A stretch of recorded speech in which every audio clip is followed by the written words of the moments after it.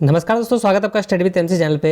दोस्तों आज के इस वीडियो में हम देखने वाले हैं फिटर ट्रेड सेकेंड ईयर बंधक व्यवस्था लॉकिंग अरेंजमेंट थ्योरी को भी हम लोग समझेंगे, साथ ही साथ इनसे जुड़े हुए मोस्ट इंपॉर्टेंट क्वेश्चंस को भी सॉल्व करने वाले हैं, क्योंकि आपके आने वाले एग्जाम में इनसे रिलेटेड क्वेश्चन एग्जाम में जरूर ही पूछे जाएंगे। तो हम लोग सबसे पहले चैप्टर वाइज यहाँ पे क्लास शुरू कर दिए हैं। तो ये है दूसरा चैप्टर, बंधक व्यवस्था और लॉकिंग अरेंजमेंट से संबंधित हम लोग कंप्लीट इन्फॉर्मेशन को इस वीडियो के माध्यम से प्राप्त करेंगे कि आखिर लॉकिंग अरेंजमेंट है क्या, लॉकिंग सिस्टम है क्या। तो चलिए करते हैं आज के इस वीडियो की स्टार्ट।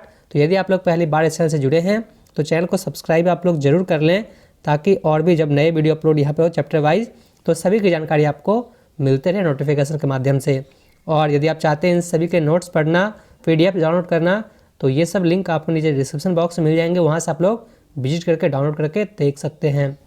बट सबसे ज़रूरी ये है कि आप लोग इस वीडियो को आखिर तक जरूर देखें, तभी आप लोग समझ पाएंगे। तो हम लोग देखते हैं लॉकिंग जो अरेंजमेंट है आखिर ये है क्या, लॉकिंग अरेंजमेंट करना आखिर ज़रूरी क्यों हो जाता है। तो आप लोग जानते हैं कि कभी कभी जब आप कहीं पर नट बोल्ट टाइट करते हैं किसी भी चीज़ में, किसी भी बेस में, तो उसके खुलने का जो खतरा है वो अक्सर बना रहता है कि कहीं ये खुल ना जाए। जब आप पंखे टाइट करते हैं, सीलिंग फैन जब टाइट करते हैं, तो उसमें भी आप जब फैन होता है उसमें व्यवस्था ऐसे की जाती है कि उसमें वायर लगा दिए जाते हैं, तब जो उसमें रहते हैं नट बोल्ट उसमें, ताकि वो खुल के गिरे नहीं, वायर पे आके अटक जाए। तो इसी तरीके से सभी जगह पे एक ना एक व्यवस्था की जाती है, जिससे कि जो नट बोल्ट है उसके खुलने का डर नहीं रहे या फिर नट ढीले होने का खतरा भी कम बने। तो इस प्रकार से लॉकिंग अरेंजमेंट का जुगाड़ किया जाता है, जैसे कि नट बोल्ट बिल्कुल सही तरीके से लगे रहे, इसके खुलने की संभावनाएँ बहुत कम हो जाए। तो इसी मेथड में लगभग 10 तरीके ऐसे हैं जिसके माध्यम से लॉकिंग अरेंजमेंट की जाती है। तो एक एक करके हम लोग सबको समझेंगे, तो वीडियो को आप लोग अंत तक जरूर से ज़रूर देखें, और साथ ही साथ लास्ट में हम लोग इनसे जुड़े हुए क्वेश्चन आंसर भी करने वाले हैं।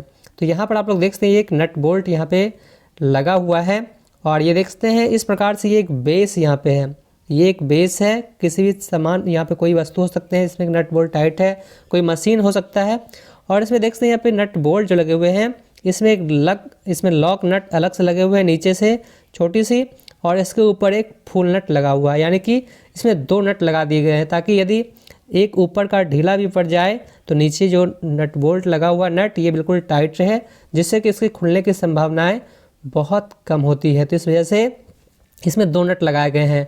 तो इस तरीके की जो बंधन व्यवस्था की गए हैं, इस प्रकार से जो इसे टाइट किया गया है, इसे कहते हैं हम लोग लॉक नट, या फिर इसे चेक नट के नाम से भी जाना जाता है। इस प्रकार का टाइटनिंग को लॉक नट या फिर इसे चेक नट के नाम से भी जाना जाता है। ठीक है, तो ये एक पहला मेथड हो गया। अब हम लोग दूसरे मेथड की तरफ चलते हैं, और सेकंड जो मेथड होता है वह इस प्रकार से है। इसे हम लोग क्या कहते हैं, इस प्रकार के मेथड को कहा जाता है सेल्फ लॉकिंग नट। सेल्फ लॉकिंग नट में इस प्रकार से व्यवस्था की जाती है कि जब इसे पूरा टाइट किया जाए तो टाइट होने के बाद नट बोल्ट के अंदर में ही एक वाशर लगा रहता है, नायलॉन या फिर फाइबर का। ये ऑटोमेटिक से जहाँ पे भी नट बोल्ट को ये टाइट होते हुए आते हैं नीचे, और जहाँ पे भी ये टाइट हो गए हैं ऑटोमेटिक से यहाँ पे ये फिक्स हो जाते हैं। इसके ऊपर नीचे होने की संभावनाएं बहुत कम हो जाती है, और ये ऑटोमेटिक से लॉक हो जाते हैं, क्योंकि इसके अंदर ही एक फायर के या फिर नायलॉन की रिंग लगी रहती है, और इस रिंग की वजह से ही वो बिल्कुल जो इसके थ्रेड है वो छोटे पड़ते जाते हैं, और वो टाइट जहाँ पे भी कर दिया जाए एक बार तो वहाँ पे वो टाइट रहते हैं, इसके ढीले होने की संभावनाएं बहुत कम हो जाती है। इस प्रकार के जो लॉकिंग सिस्टम है इसे कहा जाता है सेल्फ लॉकिंग नट। अक्सर एग्जाम में ये सीधे सीधे फिगर को उठा के डाल दिए जाएंगे और पूछ ले जाएंगे कि इस प्रकार के जो लॉकिंग अरेंजमेंट है इसे किस नाम से जाना जाता है। तो इसे जाना जाता है सेल्फ लॉकिंग नट के नाम से जाना जाता है। ये दूसरा तरीका है। अब हम लोग तीसरे तरीके की तरफ चलते हैं। इसके बाद जो तीसरा तरीका आप लोग देख सकते हैं, इसके बारे में आप लोग जानते होंगे। इसमें देख सकते हैं ये नट बोल्ट लगा हुआ है, इसमें वायर से बांध के टाइट कर दिया गया ताकि ये खुले नहीं। तो यहाँ पे वायर लगा हुआ है, इस वजह से इसे कहते हैं हम लोग वायर लॉक। इसे वायर लॉक के नाम से जाना जाता है, और इसका मेन मकसद यह होता है कि ये असेंबली में कई स्क्रू तथा बोल्ट को लॉक करने की विधि है, और इस विधि में सॉफ्ट स्टील वायर का इसमें डालकर तार घुमा दिया जाता है ताकि ये खुलने का खतरा इसमें बहुत कम रहे और ये टाइट रहे, ये हिले डुले नहीं। तो इस वजह से इसमें ये स्टील के वायर लगा के टाइट कर दिए जाते हैं। तो इस प्रकार के बंधन व्यवस्था को कहा जाता है वायर लॉक। ठीक है, अगले अब इमेज को देखते हैं। इसके बाद अगला कौन सा व्यवस्था किया जाता है, तो इस प्रकार की जो लॉकिंग सिस्टम है इसे किस नाम से जाना जाता है। तो ये जो लॉकिंग सिस्टम आप लोग देख रहे हैं चौथा नंबर का 3 आपने देख लिया, चौथा जो है इसे जाना जाता है किस नाम से, तो सॉन नट के नाम से, इसे सॉन नट लॉकिंग अरेंजमेंट के नाम से जाना जाता है। इसमें देख सकते हैं इसमें क्या किया गया है, तो इसमें आप लोग देख सकते हैं कि यह एक हेक्सागोनल नट होता है, इसमें लगा हुआ हेक्सागोनल नट लगा हुआ है। यहाँ पर देख सकते हैं हेक्सागोनल नट जिसकी एक साइड से आधी चौड़ाई के करीब एक स्लॉट कटा हुआ रहता है। यहाँ पर एक स्लॉट कटा हुआ है और स्लॉट के ऊपरी हिस्से में कैप स्क्रू के लिए क्लियर छेद होते हैं। इसके ऊपर एक क्लियर छेद यहाँ पे बने हुए हैं, ये छेद होते हैं और इसके निचले हिस्से में छेद में चूड़ियाँ बनी रहती है और नट को कसने के बाद एक कैप स्क्रू साइड्स के छोटे छेद में कस दिया जाता है और स्क्रू के टाइट होने पर नट के ऊपरी हिस्से की चूड़ियाँ और बोल्ट की चूड़ियाँ के बीच एक फ्रैक्शन बढ़ जाती है और इस कारण से नट बोल्ट के साथ लॉक हो जाता है और ये ज़्यादातर बहुत कम ही चांसेस होते हैं इसके ढीले पड़ने की। तो इस वजह से इसमें इस प्रकार से एक लॉकिंग सिस्टम किया गया। यहाँ पर देख सकते हैं इमेज में आप लोग बिल्कुल समझ गए होंगे। इस प्रकार के जो लॉकिंग अरेंजमेंट है इसे जाना जाता है सॉन नट के नाम से, सॉन नट। ठीक है, अगले मेथड को देखते हैं। अगला मेथड फिर आपके स्क्रीन पे है, तो ये यहाँ पर अलग अलग मेथड से इसे किया जाता है। तो यहाँ पर देखते हैं ये यहाँ पर कुछ 4 मेथड और दिखाए गए। चलिए इसे एक एक करके हम लोग समझेंगे ताकि समझने में आसानी हो। तो चलिए फिगर को यहाँ पे अच्छे से अरेंज कर देते हैं पहले। तो इस प्रकार की जो लॉकिंग व्यवस्था इसे कहा जाता है स्टिपलिन पिन विधि, स्टिपलट पिन विधि के नाम से इसे जाना जाता है। इसमें एक गोलाकार क्रॉस सेक्शन के स्टील के तार को मोड़कर बनाई हुई रहती है और यहाँ पर देखते हैं यहाँ पे एक बना हुआ, ये शायद आप देख पा रहे होंगे बिल्कुल क्लियर से, ये यहाँ पे चाबी के आकार का एक बना रहता है वायर का। यहाँ पे सब में लगे हुए हैं, आप लोग देख सकते हैं स्टील के तार को मोड़कर बनाई गई रहती है ये, और यह बोल्ट में एक प्रकार छेद करके फिट की जाती है कि नट की ऊपरी सतह जो टॉप इसके फेस होते हैं इससे ये सटी रहे, ऊपरी सतह से ये बिल्कुल सटी है। लॉकिंग अरेंजमेंट यहाँ पर देख सकते हैं किस प्रकार से ये इसमें बनाए गए हैं चाबी के तरीके से, ताकि ये उसमें जो छेद है उसमें जाके बिल्कुल टाइट रहे। इस तरीके से यह जो नट है यह घूमने और ढीला होने नहीं देता है और यह बिल्कुल एक जगह पर एडजस्ट रखता है, यानी कि एक छेद रहता है नट में ही और इसमें चाबी के आकार का एक यहाँ पे बना रहता है ये वायर का और इसे डाल दिया जाता है ताकि ये जल्दी खुले नहीं और एक जगह जहाँ पे टाइट होकर बैठ जाए यहाँ पे तो ये फिर हटे नहीं। क्योंकि आप देख सकते हैं यहाँ पे एक ग्रुप यहाँ पे कटे हुए हैं और इसमें यदि डाल दिया जाए पिन तो ये नट बोल्ट ऊपर आने की या फिर नीचे जाने की संभावना जो है वह बहुत कम हो जाती है। इसके अंदर जो छेद होते हैं वह लगभग 0.2 डायमीटर के छेद इसमें रहते हैं। ठीक है, तो ये सब आप लोग समझ गए हैं। इसी प्रकार से अलग अलग नट देखते हैं, स्लॉटेड नट हैं, इसी प्रकार से एक कस्टलेट नट हैं और आगे देखते हैं हेक्सागोनल नट या फिर कैल्विस पिन टाइप के नट इसमें होते हैं। ये सब बहुत स्पेशल नट के साथ किया जाता है इस प्रकार के। ठीक है, तो ये आप लोग देख सकते हैं इस तरीके से इसमें अलग अलग नट जो है वह इसमें अलग अलग पिन से अलग अलग तरीके से लॉक किया जाता है ताकि ये बिल्कुल ढीली ना पड़े। तो इस प्रकार से यहाँ पे पिन के डिटेल्स दिए गए हैं। अब हम लोग देखते हैं छठा जो मेथड है वो आपके स्क्रीन पे है। छठा मेथड को हम लोग देखते हैं। हम लोगों ने 5 मेथड को देख लिया अभी और ये 6 मेथड ये है कि ग्रुप नट, फैनिंग नट। ग्रुप नट इसमें देखते हैं ग्रुप कटा हुआ है और ग्रुप में ही यहाँ पे नट को टाइट किया गया है। ये ग्रुप कटा हुआ है, इसमें देख सकते हैं आप लोग इमेज में ग्रुप कटा हुआ है। इमेज में यहाँ पर आपको देखने को मिल रहे होंगे ये जो नट बोल्ट यहाँ से आए हुए हैं इसी में देख सकते हैं यहाँ पे ही एक ग्रुप कटा हुआ है और इसमें इस प्रकार से नट को एक टाइट कर दिया गया है साइड से भी ताकि ये बिल्कुल इसके अंदर आके ये फिट हो जाए और इसे ऊपर जाने या फिर नीचे जाने से रोक सके। तो इस प्रकार से इसमें ये किया गया है ग्रुप नट। ग्रुप नट ये हेक्सागोनल नट होता है जैसा कि आप लोग देख सकते हैं और जिसका निचला भाग सिलेंड्रिकल सरफेस पर सिलेंड्रिकल बना होता है। इसमें एक रिसेस ग्रुप होता है जिसमें कि नट को लॉक करने के लिए सेट स्क्रू उपयोग किया जाता है। इस प्रकार से इसमें आके ये बिल्कुल फंस जाते हैं, इसके कारण ही ये नट ऊपर या फिर नीचे होने से बिल्कुल टाइट हो जाते हैं। तो इस प्रकार के जो व्यवस्था इसे कहा जाता है ग्रुप्ड नट।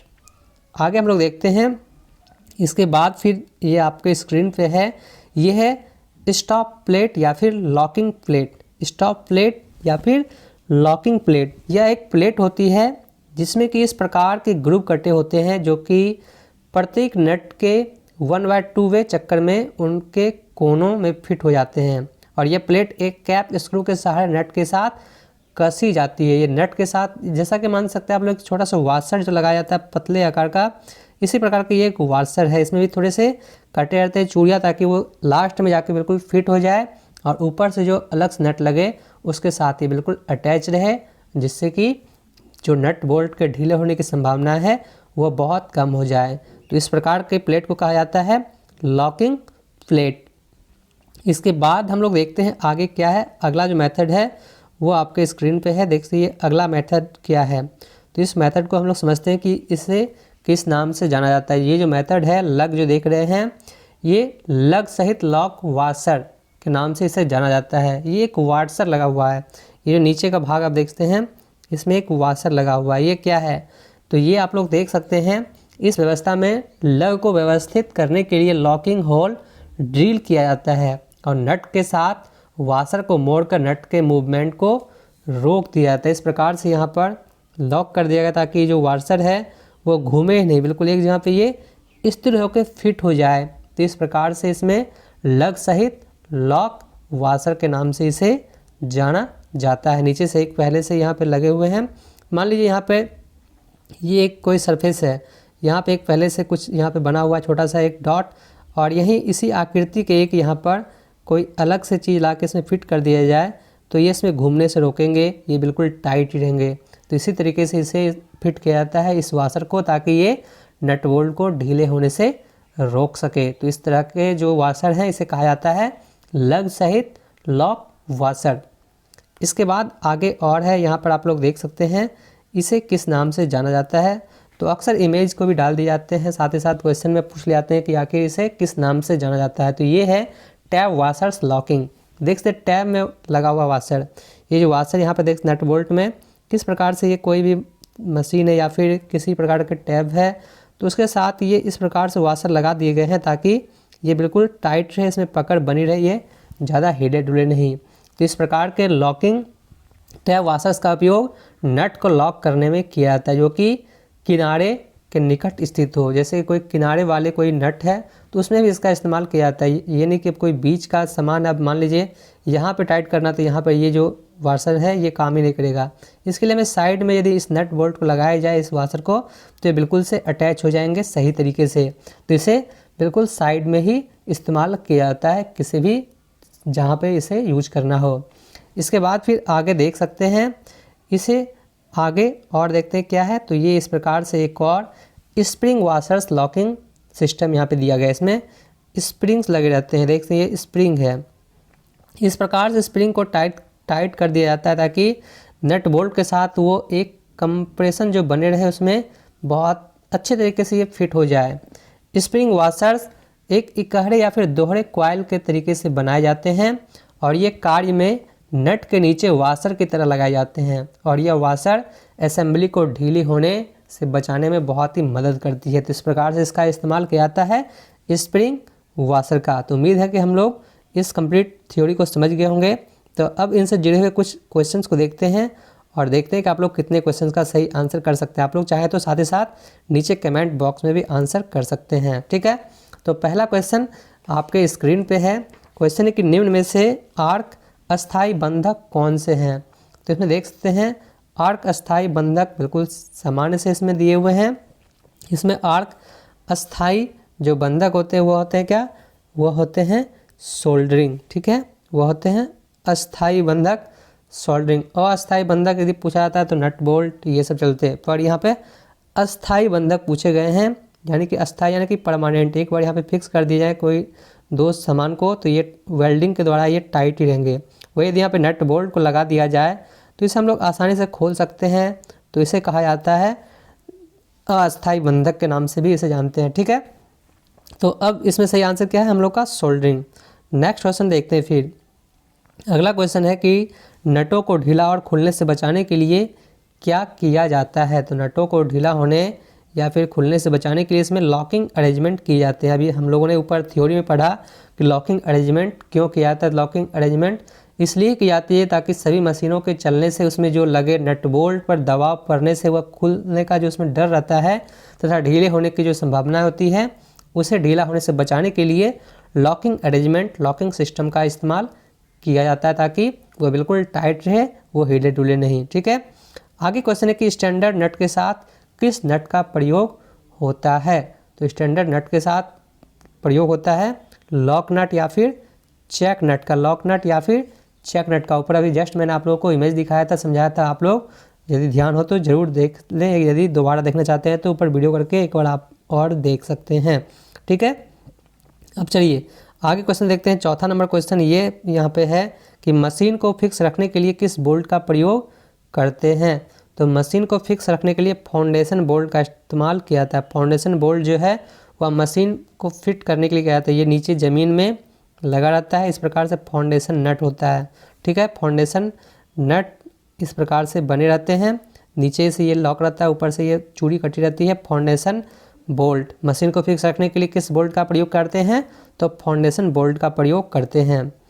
आगे भी क्वेश्चन देखते हैं। अगला क्वेश्चन है कि मशीन के पार्ट्स को एक साथ जोड़ने के लिए जो साधन प्रयोग किए जाते हैं उन्हें क्या कहा जाता है। तो इसे कहा जाता है क्या, इसे कहा जाता है फास्टनर्स।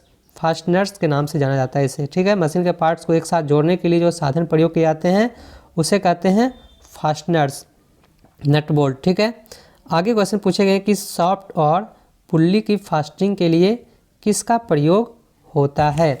तो इसके लिए प्रयोग होता है किस चीज़ का, इसके लिए प्रयोग होता है चाबी का। इसके लिए चाबी का प्रयोग होता है।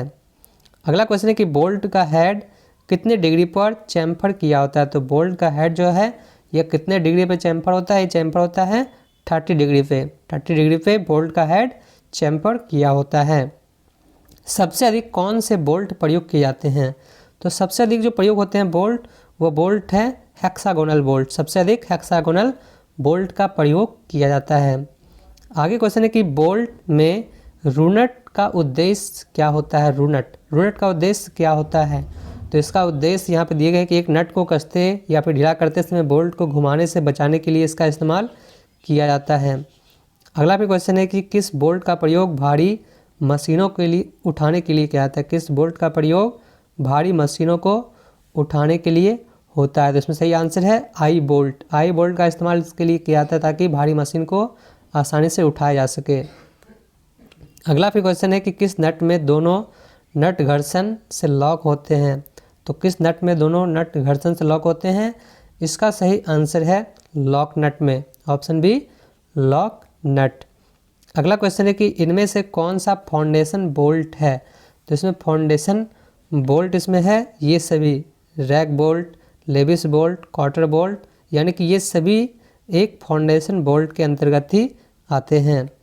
आगे क्वेश्चन पूछे गए हैं कि कौन से नट बोल्ट के सिरे को जंग से बचाते हैं तथा चूड़ी से होने वाली लीकेज को रोकते हैं। तो इसमें हम लोगों का सही आंसर है केप या फिर डोम नट। ठीक है, केप या फिर डोम नट के नाम से इसे जाना जाता है। अगला क्वेश्चन है कि किस नट के साथ वाशर लगाने की आवश्यकता नहीं होती है। तो वाशर लगाने की आवश्यकता नहीं होती है फ्लैंज नट के साथ। फ्लैंज नट के साथ वाशर की आवश्यकता नहीं पड़ती है। ठीक है, आगे क्वेश्चन देखते हैं। अगला क्वेश्चन क्या है। तो आगे क्वेश्चन आपके स्क्रीन पे है कि इनमें से कौन सा लॉकिंग अरेंजमेंट नहीं है। इसमें लॉकिंग अरेंजमेंट कौन सा नहीं है। तो इसमें तो विंड वाशर ये लॉकिंग अरेंजमेंट नहीं है, बाकी ये सभी जितने भी देख रहे हैं ये सभी लॉकिंग अरेंजमेंट है। अगला भी क्वेश्चन है कि किस फास्टनर का प्रयोग सॉफ्ट के अक्ष के क्रॉस में छेद करके प्रयोग में लगाया या फिर लाया जाता है। तो किस इसका इस्तेमाल करते हैं, अभी जस्ट हम लोगों ने ऊपर थ्योरी में पढ़ा था।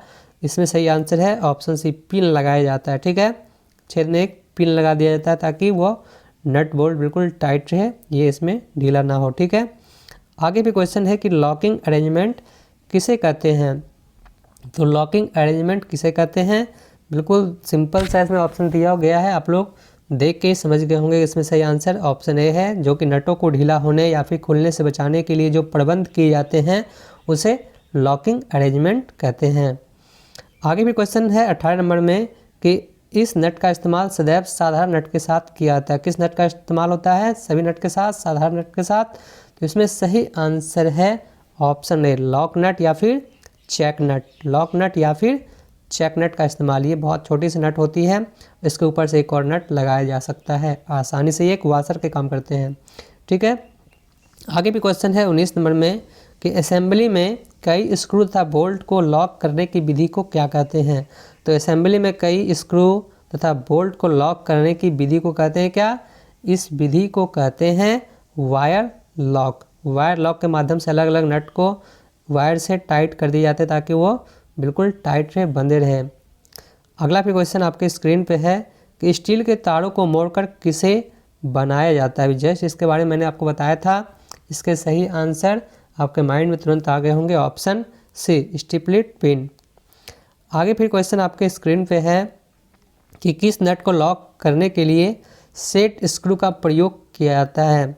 सेट स्क्रू आपने अभी जस्ट देखा कि कोई फाउंडेशन यहाँ पे है, उसमें नट बोल्ट लगे हुए हैं ऊपर से भी और एक साइड से भी इसमें होल कटे रहते हैं, इसमें फिट कर दिया जाता है ताकि ये नट बोल्ट बिल्कुल ऊपर नीचे ना हो। तो इस प्रकार के जो स्क्रू का प्रयोग किया जाता है, किस में प्रयोग किया जाता है? इसका सही आंसर क्या है? ऑप्शन डी, ग्रुप नट। ग्रुप इसमें कटे रहते हैं तो इसे ग्रुप नट के नाम से जाना जाता है।